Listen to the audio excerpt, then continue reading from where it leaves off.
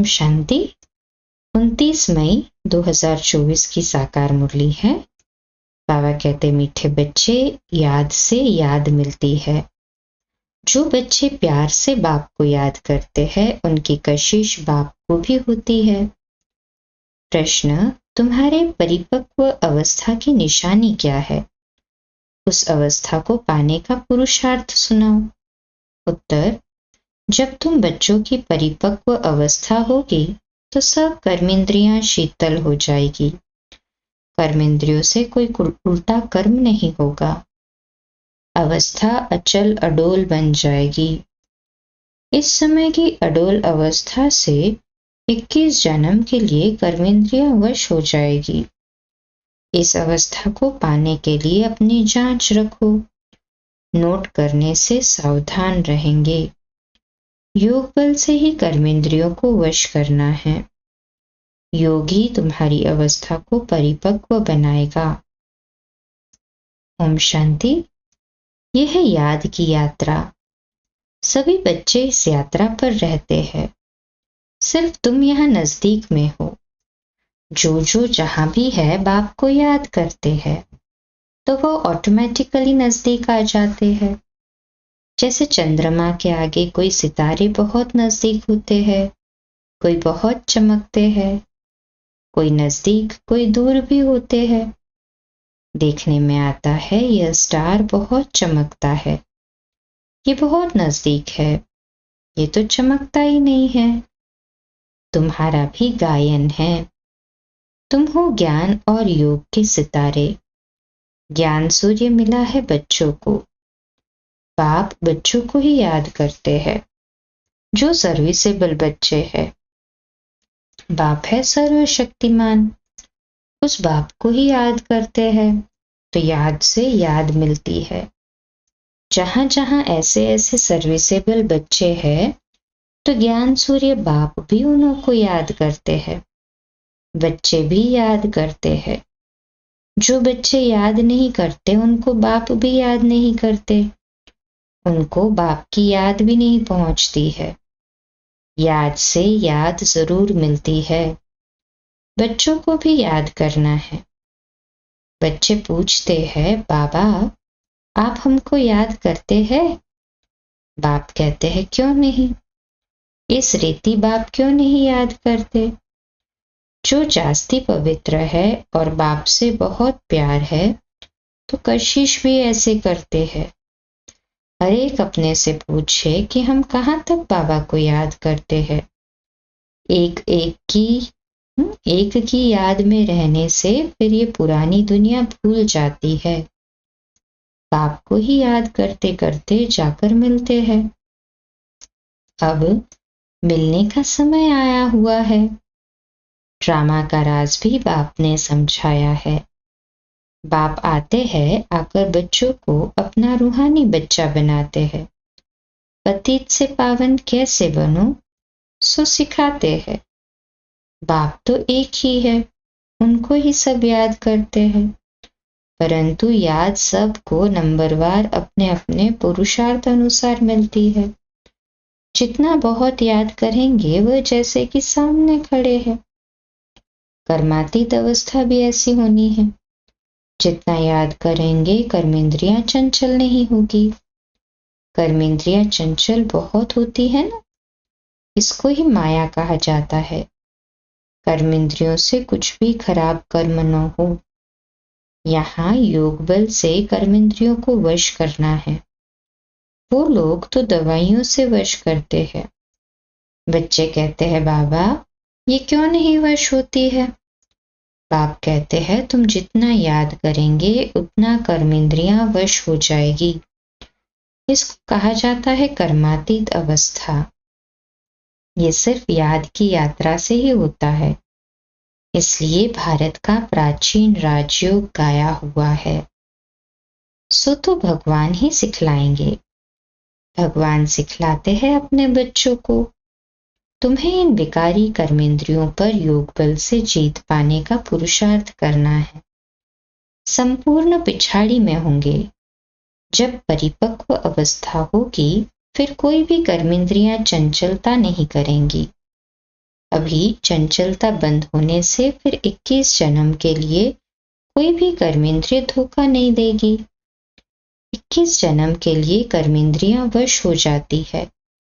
सबसे मुख्य है काम। याद करते करते कर्मेंद्रियां वश होती जाएंगी।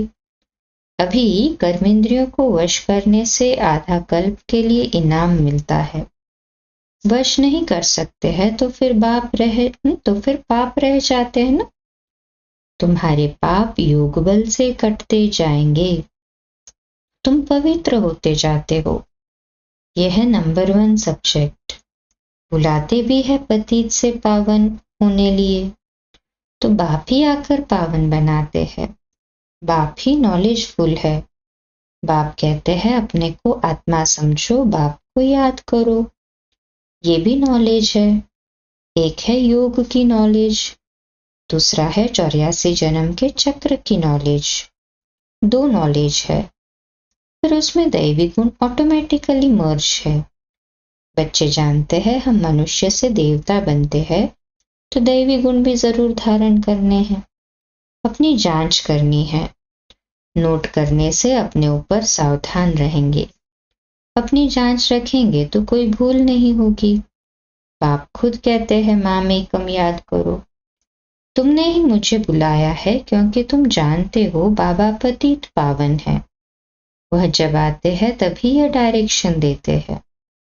अब इस डायरेक्शन पर अमल करना है आत्माओं को। तुम पाठ बजाते हो इस शरीर द्वारा, तो बाप को भी जरूर इस शरीर में आना पड़े। ये बहुत वंडरफुल बातें है। त्रिमूर्ति का चित्र कितना क्लियर है। ब्रह्मा तपस्या कर ये बनते हैं, फिर 84 जन्मों के बाद ये बनते हैं।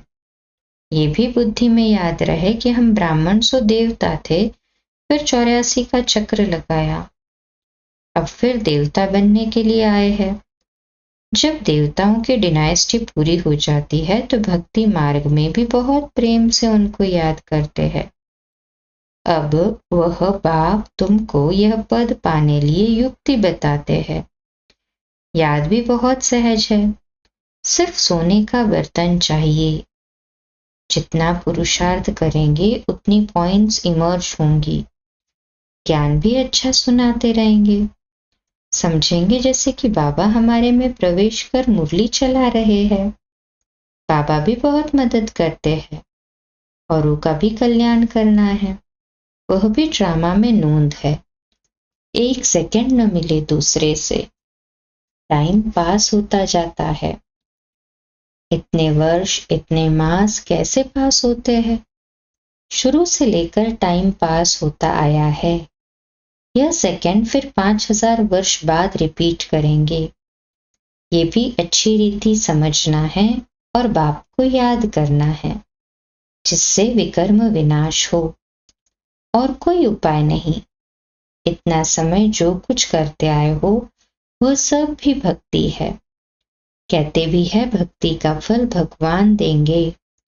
क्या फल देंगे, कब और कैसे देते हैं, ये कुछ भी पता नहीं है। बाप जब फल देने के लिए आवे तब लेने वाले और देने वाले इकट्ठे हो। ड्रामा का पार्ट आगे चलता जाता है। सारे ड्रामा में अभी ये है अंतिम लाइफ। हो सकता है कोई शरीर भी छोड़ दे, और कोई पार्ट बजाता है तो जन्म भी ले सकते हैं। किसका बहुत हिसाब किताब होगा तो जन्म भी ले सकते हैं। किसके बहुत पाप होंगे तो घड़ी घड़ी एक जन्म से फिर दूसरा तीसरा जन्म लेते छोड़ते रहेंगे। गर्भ में गया, दुख भोगा, फिर शरीर छोड़ दूसरा लिया। काशी कलवट में भी ये हालत होती है ना। पाप सिर पर बहुत है, योग बल तो है नहीं। काशी कलवट खाना, यह है अपने शरीर का घात करना। आत्मा भी समझती है ये घात करते हैं। कहते भी है बाबा आप आएंगे तो हम आप पर बलिहार जाएंगे। बाकी भक्ति मार्ग में बलि चढ़ते हैं, वह भक्ति हो जाती है। दान पुण्य तीर्थ आदि जो कुछ भी करते हैं वह किससे लेन देन होती है? आप आत्माओं से। रावण राज्य है ना। बाप कहते हैं खबरदारी से लेन देन करना। कहा कोई खराब काम में लगाया तो सिर पर बोझा चढ़ जाएगा। दान पुण्य भी बड़ा खबरदारी से करना होता है। गरीबों को तो अन्न और कपड़े का दान किया जाता है। वह आजकल धर्मशाला आदि बना कर देते हैं। साहूकारों के लिए तो बड़े बड़े महल है, गरीबों के लिए है झोपड़ियां। वह तो गंदे नाले के आगे रहे हुए है। उस कीचड़े की खाद बनती है जो बिकती है, जिस पर फिर खेती आदि होती है। सतयुग में तो ऐसे कीचड़े आदि पर खेती नहीं होती है। वहां तो नई मिट्टी होती है। उसका नाम ही है पैराडाइज। नाम भी गाया हुआ है, पुखराज परी, सब्ज परी, रत्न है ना। कोई कितनी सर्विस करते, कोई कितनी करते हैं। कोई कहते हम सर्विस नहीं कर सकते। बाबा के रत्न तो सभी है, परंतु उनमें भी नंबरवार पुरुषार्थ अनुसार है, जो फिर पूजे जाते हैं। पूजा होती है देवताओं की। भक्ति मार्ग में अनेक पूजाएं होती है। वह सब ड्रामा में नोंद है, जिसको देखकर मजा आता है। हम एक्टर्स हैं। इस समय तुमको नॉलेज मिलती है, तुम बहुत खुश होते हो, जानते हो भक्ति का भी पार्ट है। भक्ति में भी बड़े खुश होते हैं। गुरु ने कहा माला फेरो, बस उस खुशी में फेरते ही रहते हैं। समझ कुछ भी नहीं। शिव निराकार है। उनको भूला दूध पानी आदि, उनको भला दूध पानी आदि क्यों चढ़ाते जब शिव निराकार है तो। मूर्तियों को भोग लगाते हैं, वह कोई खाती थोड़ी है। भक्ति का पेशगीर अर्थात विस्तार कितना बड़ा है। भक्ति है झाड़, ज्ञान है बीज। रचता और रचना को सिवाय तुम बच्चों के और कोई नहीं जानते। कोई कोई बच्चे तो अपनी हड्डियां भी इस सर्विस में स्वाहा करने वाले हैं। तुमको कोई कहते हैं ये तुम्हारी कल्पना है। अरे ये तो वर्ल्ड की हिस्ट्री ज्योग्राफी रिपीट होती है। कल्पना रिपीट थोड़ी होती है। ये तो नॉलेज है। ये है नई बातें नई दुनिया के लिए। भगवान वाच, भगवान भी नया, उनके महावाक्य भी नए। वह कहते हैं श्री कृष्ण भगवान वाच, तुम कहते हो शिव भगवान वाच। हर एक की अपनी अपनी बातें हैं, एक न मिले दूसरे से। यह है पढ़ाई। स्कूल में पढ़ते हो, कल्पना की तो बात ही नहीं। बाप है ज्ञान का सागर, नॉलेजफुल। जबकि ऋषि मुनि भी कहते हैं हम रचता रचना को नहीं जानते हैं। उन्हों को ये नॉलेज कहाँ से मिले, जबकि आदि सनातन देवी देवता ही नहीं जानते। जिन्होंने जाना उन्होंने पद पाया। फिर जब संगम युग आए तब बाप आकर समझाए। नए नए इन बातों में मूंझते हैं। कहते हैं बस तुम इतने थोड़े ही राइट हो, बाकी सब झूठे हैं। तुम समझाते हो गीता जो माई बाप है उसे ही खंडन कर दिया है। बाकी सब तो रचना है, उनसे वर्षा मिल न सके। वेदों शास्त्रों में रचता और रचना की नॉलेज हो न सके। पहले तो बताओ वेदों से कौन सा धर्म स्थापन हुआ। धर्म तो है ही चार। हर एक धर्म का धर्मशास्त्र एक ही होता है। बाप ब्राह्मण कुल स्थापन करते हैं। ब्राह्मण ही फिर सूर्यवंशी चंद्रवंशी कुल में अपना पद पाते हैं। बाप आकर तुमको सम्मुख समझाते हैं। इस रथ द्वारा, रथ तो जरूर चाहिए। आत्मा तो है निराकार, उनको साकार शरीर मिलता है। आत्मा क्या चीज है उनको ही नहीं जानते तो बाप को फिर कैसे जानेंगे। राइट तो बाप ही सुनाते हैं, बाकी सब है अनराइटियस, जिससे फायदा कुछ भी नहीं। माला किसकी सिमरते हैं कुछ पता नहीं। बाप को ही नहीं जानते। बाप खुद आकर अपना परिचय देते हैं। ज्ञान से सद्गति होती है। आधा कल्प है ज्ञान, आधा कल्प है भक्ति। भक्ति शुरू होती है रावण राज्य में। भक्ति से सीढ़ी उतरते उतरते तमो प्रधान बन पड़े हैं। किसके भी ऑक्यूपेशन को नहीं जानते हैं। भगवान की कितनी पूजा करते हैं, जानते कुछ भी नहीं। तो बाप समझाते हैं इतना ऊंच पद पाने के लिए अपने को आत्मा समझना और बाप को याद करना है। इसमें है मेहनत। अगर किसकी बुद्धि मोटी है तो मोटी बुद्धि से याद करो, परंतु याद एक को ही करे। गाते भी है बाबा, आप आएंगे तो आपसे ही बुद्धि योग जोड़ेंगे। अब बाप भी आए हैं। तुम सब किससे मिलने आए हो? जो प्राणदान देते हैं, आत्मा को अमरलोक में ले जाते हैं। बाप ने समझाया है, काल पर जीत पहनाता हूं, तुमको अमरलोक में ले जाता हूं। दिखाते हैं ना, अमर कथा पार्वती को सुनाई। अब अमरनाथ तो एक ही है। हिमालय पहाड़ पर बैठ थोड़ी कथा सुनाएंगे। भक्ति मार्ग की हर बात में वंडर लगता है। अच्छा, मीठे मीठे सिखिलदे बच्चों प्रति माता पिता बाप दादा का याद प्यार और गुड मॉर्निंग। रूहानी बाप की रूहानी बच्चों को नमस्ते। हम रूहानी बच्चों की रूहानी माता पिता बाप दादा को याद प्यार, गुड मॉर्निंग और नमस्ते। वाह बाबा वाह, शुक्रिया बाबा शुक्रिया।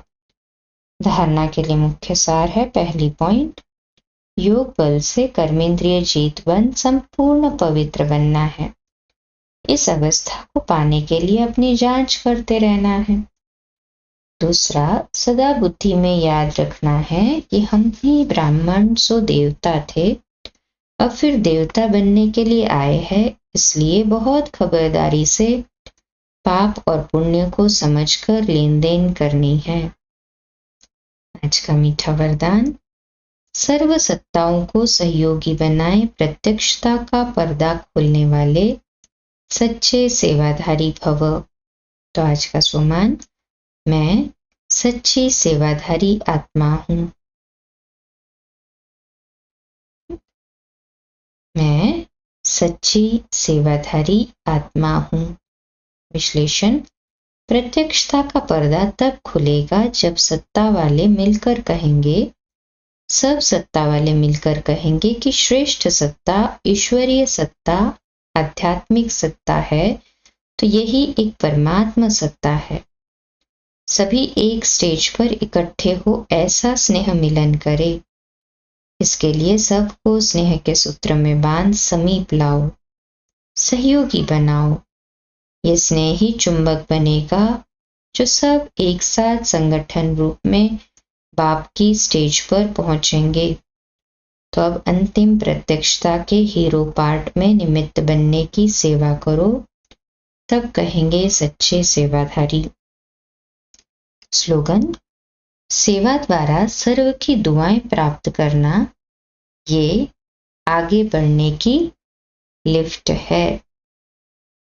आज का व्यक्ति इशारा, सदा उमंग उत्साह में रहना अर्थात अपने श्रेष्ठ शान व स्वमान में रहना।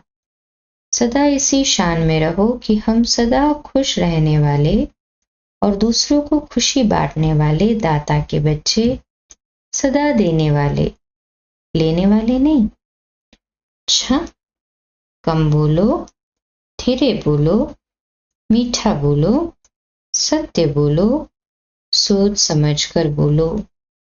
निमित्त भाव, निर्माण भाव, निर्मल वाणी। आज का नया दिन आप सभी को मुबारक हो, मुबारक हो, मुबारक हो। शुभ दिवस। आज रात्रि क्लास 8:45 बजे, कल सुबह अमृत वेला मेडिटेशन 3:30 से 4:30 और प्रातः मुरली क्लास 4:45 बजे। ओम शांति। शुभ दिवस।